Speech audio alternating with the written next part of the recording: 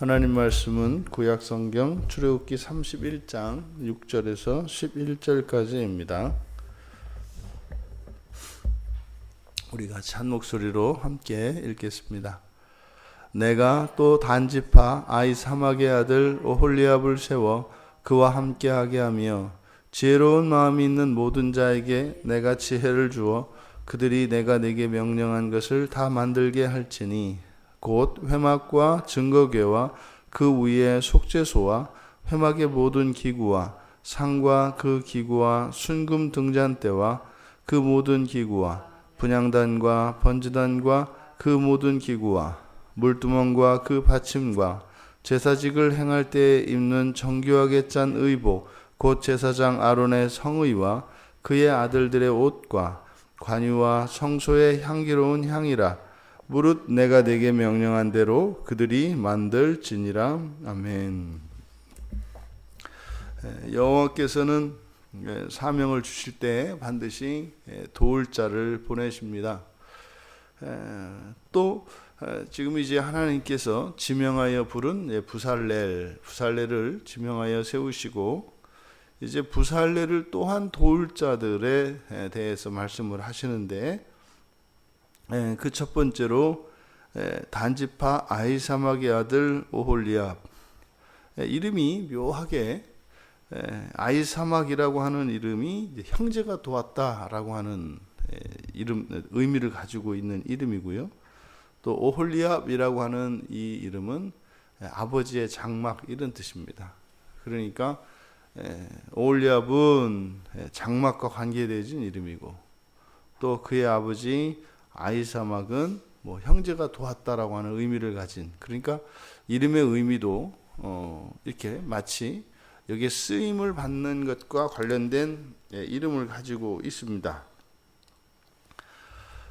이제 여호와께서 오홀리압의 이름을 거명을 하시지요. 이렇게 그래서 오홀리압을 세워서 그는 부살렐이겠고 부살렐과 함께하게 하겠다. 하지만 이렇게 지명했다 이렇게 하진 않습니다.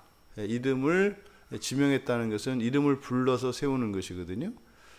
그런데 이제 오홀리압을 돕게 하시겠다고 하는 약속이지 그를 지명하지는 않습니다. 그리고 이제 오홀리압과 그 뒤에 있는 지혜로운 마음이 있는 모든 자, 이건 다수의 사람들입니다. 지혜로운 마음을 가지고 있는 모든 사람, 그러니까 이 성막과 성막의 기구들을 직접적으로 만드는데 참여하는 사람들을 지혜로운 마음이 있는 모든 사람, 그러니까 여기에는 어떤 이름도 또 지명도 지명하여 부르는 것도 그리고 이렇게 특별히 불러서 도울 자로 보내지 않는, 그러니까 사실 지혜로운 마음이 있는 모든 자라고 하는 것은 그 지혜로운 마음이 있으면 모든 자격이 되는 거죠. 그러니까 하나님께서 하나님의 일을 맡기실 때 특별히 지명하여 부르는 사람이 있고 또 그를 돕기 위해서 세우시는 사람이 있고 그리고 일정 자격을 갖춘 이들 가운데에서 원하는 모든 사람은 할 수 있는, 지금 여기 뒤에 나온 지혜로운 마음이 있는 모든 자라고 하는 것은 지혜로운 마음이라고 하는 조건이 있습니다만 그 마음을 가진 사람들 가운데에서는 제한이 없어요. 근데 왜 지혜로운 마음이 있는 사람이어야 하는가? 이것은 여호와 하나님께서 명령한 그것들을 만드는데 지혜가 필요합니다. 근데 그 지혜는 또 하나님이 주시는 것이거든요.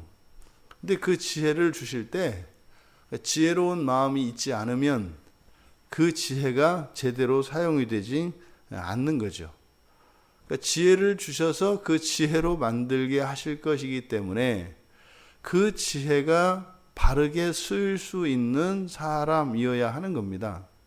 여기서 말하는 이 지혜 호크마인데, 이 호크마라고 하는 것은 창조의 지혜라고 그랬습니다. 그러니까 요즘에는 그런 이야기 잘 안 하는 것 같아요. 한 10년 이전에 한참 자녀들 교육하는 데 있어서 뭐 창의력을 굉장히 강조하던 때가 있어요. 창의력 하는. 그러니까 그 창의력이라고 하는 그것이 사실 이 호크마, 창조의 지혜입니다. 그러니까 그 지혜는 지혜로운 마음을 가지고 있는. 그러니까 여기서 사실 이 지혜로운 마음이라고 하는 것은 하나님이 지혜를 주시면 지혜를 받아들일 수 있는 사람들입니다. 이것과 반대되는 마음이 강팍한 마음이에요. 그러니까 하나님의 말씀을, 그러니까 여기서 지혜로운 마음을 가진 사람이라는 것은 우리가 생각하는 아주 지혜로운 사람, 많이 배운 사람, 이것을 의미하는 것이 아니라 하나님의 말씀을 받아들일 수 있는 사람입니다. 가장 지혜로운 사람은요, 타인의 말을 듣는 사람입니다. 그러니까 언제 어디서나 평생을 배우죠. 그러니까 어린아이에게서도 배우고 미련한 사람에게서도 배웁니다. 그런 사람을 당할 자가 없죠. 아무리 박사의 지식을 가지고 있다 하더라도 지혜로운 마음이 있지 않으면 귀를 닫아버립니다. 그러면 그 사람이 가지고 있는 그 지식이 한계를 넘지 못합니다. 근데 그에 훨씬 못 미치는 지식을 가지고 있다 할지라도 지혜로운 마음을 가지고 있으면 끊임없이 배워서 그 지식과 지혜가 늘어나기 때문에 박사의 지혜가 감당할 수 없는 것이죠. 특별히 지금 성막을 짓는 일에 참여하고 있기 때문에 이 성막을 짓는 그 일에는 분명한 자율성이 보장되어집니다. 그래서 하나님이 이렇게 명하신 대로 그냥 기계적으로 만드는 일은 아니에요. 하지만 그렇다고 제 마음대로 해서도 안 되는 겁니다. 그러니까 하나님의 뜻대로 하되 또 그 개인에게 하나님이 주시는 그 지혜를 따라 얼마든지 자신의 생각과 자신의 마음을 표현할 수가 있는 거예요. 근데 이 지혜로운 마음이 없으면 하나님이 지혜를 주셨을 때 그것을 받아들이지 않습니다. 오늘날 교회가 마찬가지죠. 교회 안에는 일을 잘하는 전문가들이 하는 게 아닙니다. 지혜로운 마음을 가진 사람들이 하는 것입니다. 그러니까 지혜로운 마음을 가진 사람들의 가장 우선순위는 하나님의 말씀이에요. 하나님의 말씀이 가장 우선합니다. 근데 지혜가 없는 사람들은 자신이 가지고 있는 지식, 자신이 가지고 있는 경험이 가장 우선입니다. 그러면 지혜로운 마음을 가지고 있는 사람은 수백, 수천 명이 모인다 하더라도 화합을 이루고 평화를 이룹니다. 왜냐하면 하나님의 말씀을 따라가기 때문이죠. 근데 지혜로운 마음이 없으면 아무리 뛰어난 실력과 아무리 많은 경험을 가지고 있다 할지라도 이것이 화합하지 못합니다. 왜냐하면 각자의 지식이 절대화되어 있기 때문에. 그러면 개인이 가지고 있는 그 지식과 지식은 부딪히게 되어 있습니다. 그러니까 성막을 짓는 일에 참여하는 이 지혜로운 마음이 있는 사람들, 사실 이 지혜로운 마음은 오늘날 우리들은 거듭난 사람들입니다. 하나님의 말씀을 들을 수 있는 사람들, 또 하나님의 말씀을 듣고 그것을 깨닫고 순종할 수 있는 사람들, 이런 사람들이 지혜로운 사람, 마음을 가진 사람들이라고 할 것입니다. 그리고 6절에서 12절까지 보면 6절의 하반절과 11절의 하반절이 반복되는 말이 있습니다. 그들이 내가 내게 명령한 대로 만들 것이다. 11절의 끝에도 내가 내게 명령한 대로 그들이 만들 것이다. 지금 이 성막과 성막의 기구들을 만드는 이 일에 있어서 사실상 여호와께서 모세에게 지금 명령을 하고 계세요. 이건 이러하게 하고, 이건 어떻게 만들고, 무엇으로 만들고, 크기는 어떠하고, 위치는 어떻고, 주의사항은 어떻고 쭉 이야기를 하셨다고요. 근데 이게 모세에게 주신 명령이거든요. 그 모세가 해야 되는 일이지 않습니까? 그런데 지금 여기서 뭐라고 말씀하시는가 하면 내가 다 그렇게 하도록 시키겠다는 거죠. 결국에는 명령은 지금 모세가 받고 있습니다만 결국 이 일 할 사람들은 따로 있어요. 일할 사람들은 따로 있다고요. 그러니까 하나님이 지금 모세에게 일을 시키고 계세요. 성막을 짓는 일을 명령을 내리고 계시거든요. 그런데 뭐라고 하시냐면 그 일을 위해서 따로 사람을 세워서 그들로 하여금 내가 너에게 명령한 모든 것을 다 만들게 하겠다는 거죠. 이거 뭘까요? 그러니까 하나님이 모세에게 지금 명령을 내리고 계시는데 그 명령이 아니라 또 얘기를 들어보니까 앞으로 하나님이 하실 일을 말씀하고 계세요. 그러니까 모세가 이 사람들을 이렇게 할 것도 아니잖아요. 이미 지명해서 세우신 부살렐과 또 뭐 그를 도울 자를 하나님이 보내시기로 했는데 그게 오홀리압이라는 것이고 또 그를 도와서 함께 실제적으로 이런 것들을 만들어낼 장인들, 그들이 이제 하나님의 백성들 가운데 하나님의 말씀을 알아들을 수 있는 지혜로운 자들을 세워서 다 하게 하시겠다는 거예요. 모세가 할 일은 없어요. 하나님께서 하나님의 일을 시키시는, 보통 우리가 이제 하나님의 일을 이제 사역이라고 합니다. 뭐 사역이라는 게 일이라고 하는 우리말의 한자어 표현이죠. 사역. 근데 그것을 굳이 이렇게 우리가 사역이라고 말하는 것은 하나님의 일을 구별하기 위한 것이죠. 그러면 하나님의 일이라는 의미로 우리가 사용하는 이 사역의 원리가 지금 무엇인지를 하나님께서는 모세를 통하여 보내주시는 것이에요. 보여주시는 것이에요. 이게 사역의 원리는요, 지금 보니까 하나님께 명령을 듣는 사람이 있어요. 모세가 지금 듣고 있잖아요. 그리고 이 성막과 성막의 기구들이 다 만들어지면 그것을 가지고 하나님과 사람 사이에서 섬기는 사람들이 있어요. 이제 그게 아론과 아론의 자손들이죠. 그러면 아론과 아론의 자손들인 제사장들이 섬길 수 있는, 섬기는 데 필요한 이런 장막과 이런 그 기구들을 만드는 사람이 또 따로 있는 거예요.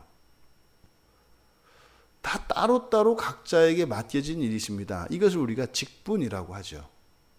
그런데요, 지금 여호와로부터 직접 명령을 듣고 있는 모세나, 그리고 장차 이 모든 기구들이 완성이 되면 거기서 그것을 가지고 섬길 제사장들이나, 또 제사장들이 사용할, 그리고 하나님의 집으로 일컬어지는 이 성막에 필요한 것들을 다 만드는 이 사람들이나 모두 다 하나님을 섬기는 사람들입니다. 모두 거룩한 사람들이죠. 이것이 직분이라고 합니다. 이것은 결코 경쟁적이지 않습니다. 만드는 일이나 섬기는 일이나 하나님의 그 계시를 듣는 일이나 하나도 다를 일이 없습니다. 모두 다 이것은 하나님을 섬기는 일이죠. 지금 하나님의 그 성막을 만들고 또 섬기기 위해서 부르심을 받은 이 모든 사람들, 이 사람들을 다 사역자라고 할 수가 있는데, 이들에게 가장 중요한 것은 무엇이냐면 함께 하는 겁니다. 함께. 그러니까 하나님도 바로 이 일들을 하나님이 택하신 자들과 함께 하길 원하시고, 또 하나님이 세우신 사람들도 또 함께 또 하기를 바라십니다.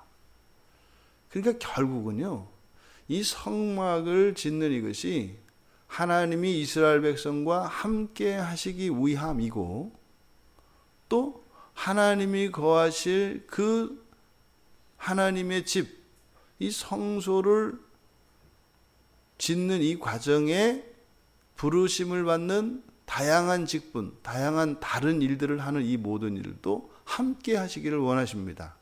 중요한 게 뭐예요? 함께라고요. 함께. 교회 공동체가, 교회 공동체에서 가장 중요한 것은 함께 있는 것입니다. 함께 있는 것이 가장 중요합니다. 그 어떤 것보다 우선하는 가치는 없어요. 교회에서. 함께 하는 것입니다. 그러면 함께 할 때 각각 개인은 다 다른 개성과 또 여기서도 보면 하나님을 섬기는 일이 다 다릅니다. 제사장으로 섬기는 사람이 있고 그 만드는 일도 섬기는 일이 있고 또 만드는 일도 어떤 사람은 지명하여 부름받은 사람이 있고 말이죠. 어떤 사람은 그냥 지혜로운 마음이 있으면 되는 사람이 있고요. 또 어떤 사람은 누구를 돕는 사람이 있고요. 또 어떤 사람은 그냥 따르는 사람이 있고요. 그러니까 지금 위친분도 다르고 하는 일도 다릅니다. 그리고 각 개인의 개성이 있습니다. 중요한 것은 함께 하는 거라고요. 가족에서 가장 중요한 원리가 뭘까요? 함께 하는 겁니다. 가족은 자신의 이익을 추구하거나 자기 개인의 편의를 추구하면 안 됩니다. 함께 하는 게 중요합니다.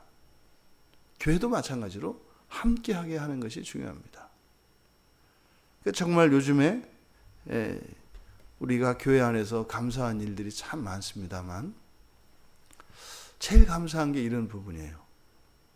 이렇게 한번 방문하시는 분들이나 이렇게 처음으로 외부에서 오시는 분들이 예배를 드릴 때 같은 이야기를 듣습니다. 여기 광야교회는 아무나 와도 되겠구나. 얼마나 기쁘고 감사한지 몰라요. 아무나 와도 함께 할 수 있겠구나. 이런 말씀을 하세요. 그러니까 이제 이게 계속 요즘에 오시는 분을 통해서 그런 고백을 들으니까 너무 좋은 거죠. 문턱이 높다는 이야기를 듣습니다. 대부분이요. 전 몰랐는데 그랬대요. 근데 우리 교회는 문턱이 없대요. 광야라서 그런가? 문턱이 없대요. 그러니까 얼마나 감사한지 모르겠어요.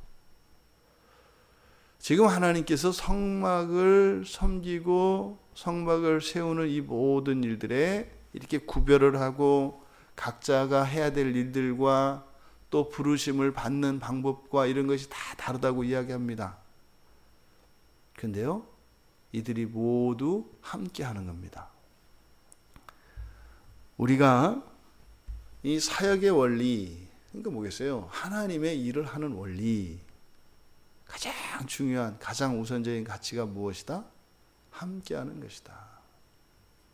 근데 그 함께하는 것이 그냥 그 이 신경통을 참는 것처럼 이렇게 참는 거면 어떻게 되겠어요? 네? 성경의 표현 중에서 아주 끔찍한 표현이 그 시린 이에다가 식초를 붓는 이런 일이 있으면 어떻게 되겠어요? 함께하는 것이요? 눈동자와 같아야 되지 않겠어요? 입에 혀와 같아야 되지 않겠어요? 계속 돌아가는데 돌아가는지도 모르는. 네? 입에서 이렇게 혀가 말하면서 막 움직이는데 전혀 못 느끼거든요. 그렇게 함께함이 너무나 자연스러운, 서로 다르지만 너무나 자연스러운, 이게 교회의 특징입니다. 그래서 어느 교회나 이렇게 한 사람 한 사람을 보면 정말 다양하고요. 정말 제각각이에요. 그런데 아무 문제 없이 함께 지내요. 이게 교회예요. 그러니까 한 사람 한 사람을 보면은 너무나 다른 사람들인데 또 이렇게 한 발짝 뒤로 가서 이렇게 교회를 보면은 아무런 불편 없이 그냥 착착착착착 같이 함께 지내는 이것. 이게 이제 교회의 아름다움인 거죠. 여러분들이 일상생활 가운데서 여러분의 일터를 이렇게 섬길 수 있다면 그건 하나님의 일이 되는 거예요. 그러니까 세상 일과 하나님 일의 차이가 뭡니까? 교회 일은 하나님의 일이고 회사 일은 세상 일이고 이게 아닌 거죠. 그 사역의 원리가 무엇이냐에 따라서 그 일이 바뀌는 겁니다. 여러분들이 여러분의 일터를 섬긴다 하더라도 여러분들의 직장과 여러분들의 생활 공간에서 함께 하는 것을 가장 우선적인 가치로 여러분들이 삼고 그렇게 그 일들을 한다면 그 일은 사역이 되는 겁니다. 그러면 그것이 하나님의 일을 하는 것입니다. 일 자체가 거룩하고 속된 것이 아니라 그 일을 어떤 기준을 가지고 행하느냐에 따라서 그 일이 거룩한 하나님의 일이 되기도 하고 하나님과 상관이 없는 속된 일이 되기도 한다는 것입니다. 여러분들의 삶의 모든 일들이 하나님과 함께하는 거룩한 사역이 되기를 바랍니다. 여러분이 행하는 모든 일들이 그렇게 되기를 바랍니다. 하지만 주의할 것은 그것을 다른 사람에게 요구하지 마십시오. 왜요? 그 사역에는 일정한 자격과 조건이 있습니다. 그리고 거기에서는 부르심도 다르고 주어진 일도 다르다고 하는 사실입니다. 각자가 정말 평화롭게 서로 사랑하며 함께함으로 우리의 평생의 모든 일들이 하나님을 섬기는 하나님과 함께하는 거룩한 사역의 인생이 되시기를 주님의 이름으로 축원합니다. 존귀하신 하나님, 이 세상을 살아가며 저희들이 행하는 많은 일들 가운데 하나님을 섬기는 이 사역이 특별히 교회에 한정되거나 특정한 몇몇 사람들과 한정되는 것이 아니라 저희들의 인생 전체가 사역이 되기를 원합니다. 이것이 괴롭고 고통스러운 것이 아니라 늘 함께하는 그것이 기쁨이 되고 만족이 되게 하여 주시고 목표가 되게 하여 주셔서 이 땅에 죄인들과 함께 거하시기 위하여 오셨던 하나님의 마음으로 사람들과 함께하는 그것이 큰 의미가 되고 기쁨이 되는 사역자의 삶을 살아가는 저희들 모두가 되게 하옵소서. 감사하며 예수님의 이름으로 기도하옵나이다. 아멘.